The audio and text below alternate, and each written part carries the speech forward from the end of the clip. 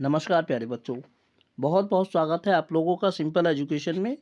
दोस्तों, आज की इस वीडियो में हम लोग बात करेंगे कक्षा 7 की 16 दिसंबर की विज्ञान एवं इंग्लिश की वर्कशीट के बारे में। सबसे पहले हम देखेंगे कि इन वर्कशीट्स में हमें क्या जानकारी दी गई है और उसके बाद जो सवाल इन वर्कशीट में दिए गए हैं एक एक करके हम उन सवालों के जवाबों को जानेंगे। तो चलिए बिना वक्त जाया किए हुए हम लोग आरंभ करते हैं आज की इस वीडियो में कक्षा 7 की 16 दिसंबर की विज्ञान एवं इंग्लिश की वर्कशीट का अध्ययन। दोस्तों, शुरुआत हम करेंगे विज्ञान की वर्कशीट से। विज्ञान की यह वर्कशीट नंबर 40 है और इसमें गति एवं समय के बारे में बातचीत की गई है। यह वही अध्याय है जिसका अध्ययन हमने अपनी पिछली वाली वर्कशीट में किया था और आज की इस वर्कशीट में उससे आगे की कहानी को बयान किया गया है। तो चलिए देखते हैं कि क्या बताया गया है गति एवं समय के बारे में आज की इस वर्कशीट में। गति एवं समय, समय का मापन। रवि एक लंबे अंतराल के बाद अपने विद्यालय जाने के लिए तैयार हो रहा था। उसकी नज़र बार बार दीवार घड़ी पर जा रही थी। इसके आधार पर सवाल है कि रवि दीवार घड़ी में बार बार क्या देख रहा था। तो रवि दीवार घड़ी में बार बार समय देख रहा था। इस समय जो था बार बार घड़ी की सुई बदल रही थी, चल रही थी, इस बात को वो देख रहा था। नंबर 2 है रवि और किस तरह से समय का पता लगा सकता है। तो रवि सूर्य के प्रकाश से बनने वाली छाया के आधार पर समय का पता लगा सकता है, क्योंकि समय का हम दिन को देखकर भी लगा सकते हैं। दिन में जो सूर्य के प्रकाश से बनने वाली छाया होती है उसको देखकर भी हम समय का पता लगा सकते हैं। प्रकृति में बहुत सी घटनाएं निश्चित अंतरालों के पश्चात स्वयं दोहराती है। उदाहरण के लिए एक दिन, एक माह तथा एक साल सभी समय के निश्चित अंतरालों को दर्शाते हैं। दिए गए समय अंतरालों के लिए उपयुक्त शब्द लिखिए। पहला है एक सूर्योदय से अगले सूर्योदय के बीच का समय, इसको दिन कहा जाता है। एक अमावस्या से दूसरे अमावस्या के बीच का समय, इसको महीना कहा जाता है। और तीसरा है सूर्य की एक परिक्रमा पूरा करने में पृथ्वी द्वारा लिया गया समय, जिसको एक वर्ष कहा जाता है। इसके बाद दोस्तों घड़ियाँ दी गई हैं, जिसमें हम पेंडुलम को देख सकते हैं नीचे लटकते हुए, और एक स्टैंड पर घड़ी है और एक नंबर वाली घड़ी है, जिसको हम दीवार घड़ी, मेज घड़ी और अंकन या डिजिटल घड़ी कह सकते हैं। समय मापने की सबसे सामान्य युक्ति घड़ियां हैं। सभी घड़ियों में आवर्ती गति का उपयोग किया जाता है। आवर्ती गति का मतलब होता है वह गति जो बार बार दोहराई जाती है। वह गति जो निश्चित समय अंतराल पर स्वयं को दोहराती है आवर्ती गति कहलाती है। उदाहरण के लिए सूर्य के चारों ओर पृथ्वी की गति, झूले की गति आदि। अर्थात एक गति बार बार जो दोहराई जाती है उसको हम आवर्ती गति कहते हैं। और आवर्ती गति को एक चिर परिचित उदाहरण लोलक है। लोलक का मतलब होता है पेंडुलम।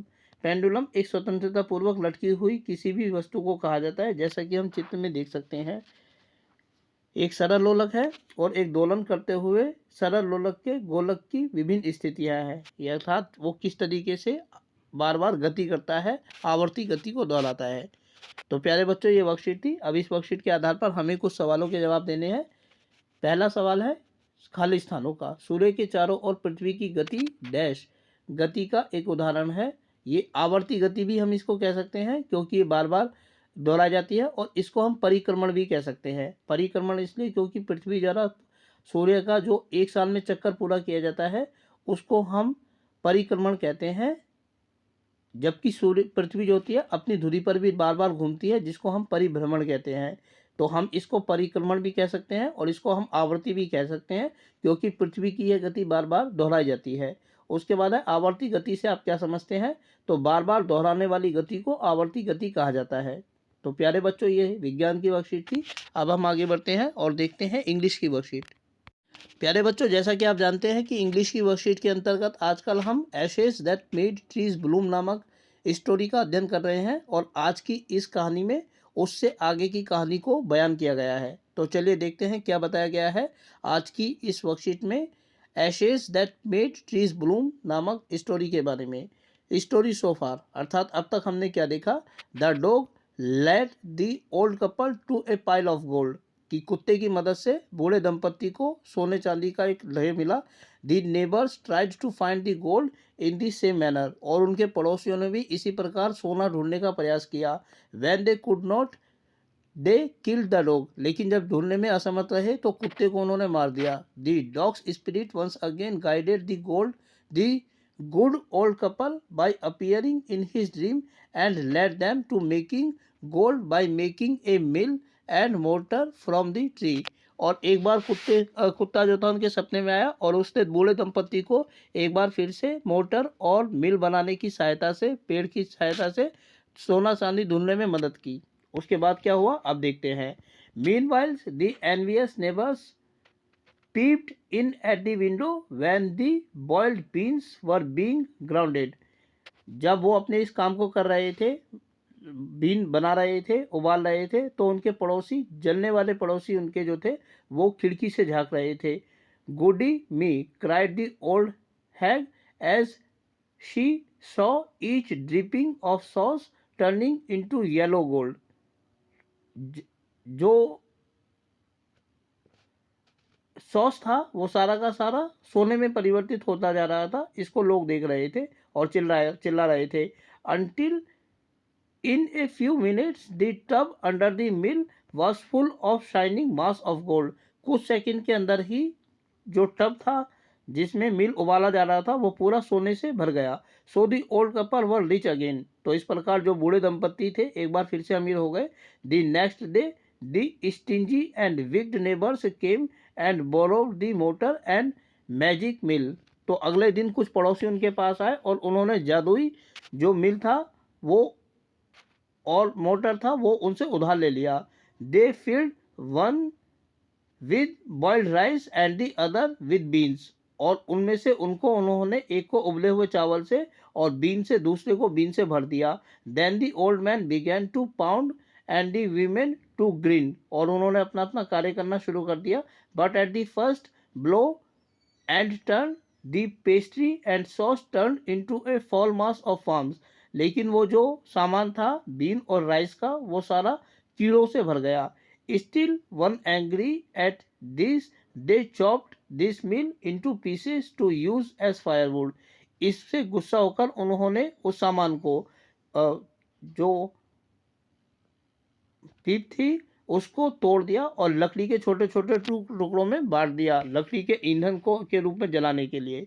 तो प्यारे बच्चों ये वर्कशीट थी। अब इस वर्कशीट के आधार पर सवाल है जिनका जवाब हमें देना है। पहला है match the following words meaning with the correct picture. अर्थात जो शब्द दिए गए हैं और उनके अर्थ दिए गए हैं उनको जो तस्वीरें दी गई हैं उनके साथ हमें मिलान करना है। पहला है एनवियस। एनवियस का मतलब होता है जेलस, जलने वाला। तो यहाँ हम एक व्यक्ति को देख सकते हैं जिसका मुंह अजीब आकृति का बना हुआ है, जला हुआ है। इससे हम इसको मिला देंगे। दूसरा है firewood. Wood to use for fuel. इसमें हम लकड़ी के जो टुकड़े दिए गए हैं, गट्ठर दिया गया है, उसके साथ इसको मिला देंगे। थर्ड है विग्ड। एविल और मोरली रॉन्ग। इसमें जो एक टोपी वाला कैप वाला व्यक्ति हमें दिया गया है उससे हम मिला देंगे। और चौथा है वार्म क्रीपिंग इंसेक्ट। इसको जो छोटे छोटे कीड़े हमें सामने दिए गए हैं उससे मिला देंगे। इसके बाद दूसरा क्वेश्चन है read the passage and choose the correct answer. What did the envious neighbours see when she peeped in at window. क्या उन्होंने देखा, जलने वाले पड़ोसियों ने जब उन्होंने खिड़की से देखा। A dog, B shining mass of gold, C foul mass of farm, या डी वुड। तो उन्होंने शाइनिंग मास ऑफ गोल्ड को देखा। इस प्रकार बी हमारे इस ऑप्शन का सवाल का सही ऑप्शन है। सवाल number 2, why did the envious neighbours chop the mill into pieces. जो मिल था उसको उन्होंने टुकड़े टुकड़े क्यों कर दिया। A because it was broken, क्योंकि टूट गया था। B because it did not turn into the pastry and sauce into a foul mass of worm. C because it did not turn the pastry and sauce into a mass of gold. या D because they wanted firewood. तो इसमें विकल्प number C है, because it did not turn the pastry and sauce into a mass of gold. ये हमारे इस सवाल का सही जवाब है। तो प्यारे बच्चों आज की इस वीडियो में हम लोगों ने अध्ययन किया कक्षा 7 की विज्ञान और इंग्लिश की 16 दिसंबर की वर्कशीट का। उम्मीद करता हूं कि आप लोगों को वीडियो अच्छी लगी होगी और साथ ही आपसे अनुरोध करता हूं कि यदि वीडियो अच्छी लगी तो वीडियो को लाइक और चैनल को सब्सक्राइब जरूर करें। इसके अलावा आगे आने वाले अन्य दिनों में अन्य वीडियोस को देखने के लिए जुड़े रहें मेरे साथ मेरे इस यूट्यूब चैनल पर जिसका नाम है सिंपल एजुकेशन। फिलहाल आप लोगों से विदा लेना चाहूँगा। वीडियो को देखने के लिए आपका बहुत बहुत धन्यवाद।